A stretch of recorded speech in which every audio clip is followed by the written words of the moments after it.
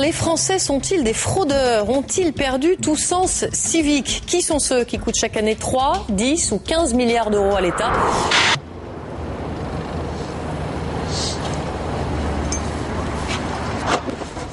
Alors là, c'est mon congélateur.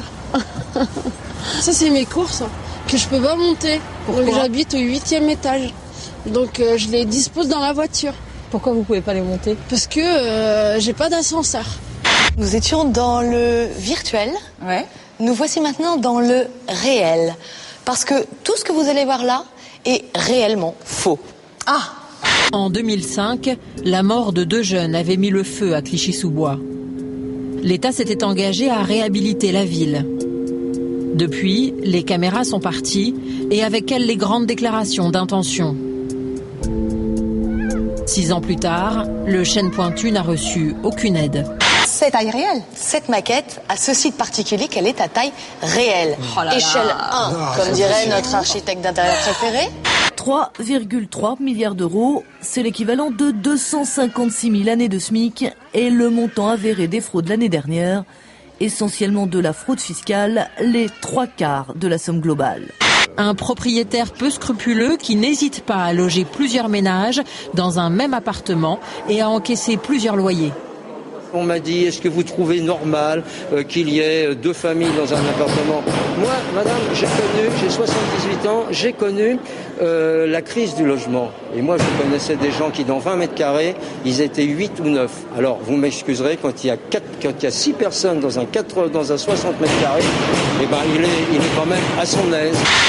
Ah, je suis fier, mais alors à un point, j'ai jamais été aussi fier de quelqu'un comme ça. Franchement, t'es le meilleur, je te jure, c'est énorme. Les Français sont des voyous. 3 milliards d'euros, c'est le montant qui aurait été ponctionné par des indélicats en 2010. Travail au noir, prestations sociales indûment perçues, arnaque aux indemnités, l'État-providence est pressuré comme un citron. La fraude au baccalauréat, une fuite sur le sujet de mathématiques des séries S oblige l'Éducation nationale à supprimer une partie de l'épreuve. Je vous le dis donc, je suis candidate à l'élection présidentielle.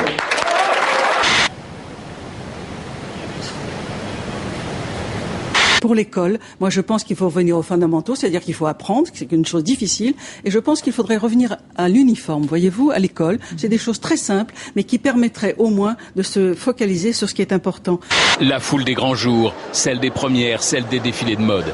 Mais ici, nous ne sommes pas dans la haute couture, dans le prêt-à-porter, mais plutôt dans le prêt-à-juger. John Galliano fuit les caméras, les paparazzis. L'image est fugace.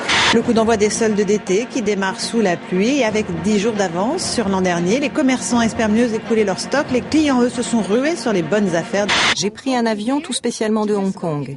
Je viens pour faire du shopping ces quelques jours.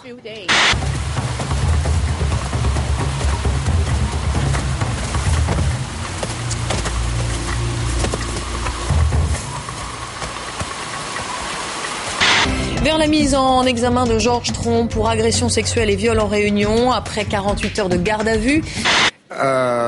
Tu peux arrêter de mater, s'il te plaît? C'est le tutu. C'est le tutu qui te chauffe? C'est fou, mais en même temps, il a jamais vu un tutu marron. Un hamac pour grand avec un support en épicéa.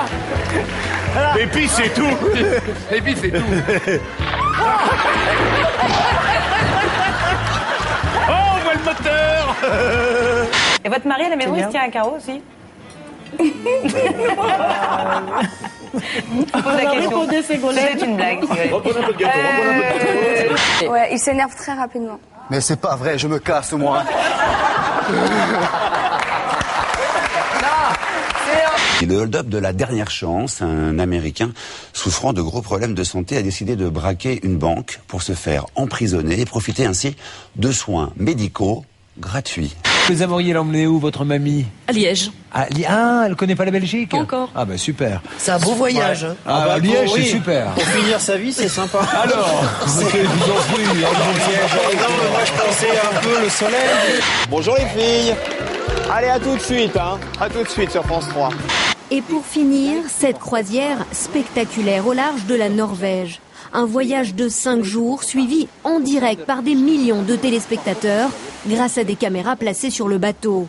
Parti jeudi soir, le Nord-Nodge, c'est son nom, a rejoint le Grand Nord après de multiples incursions dans les fjords. Le week-end dernier, plus de 2,5 millions de Norvégiens ont regardé le programme sur cette chaîne.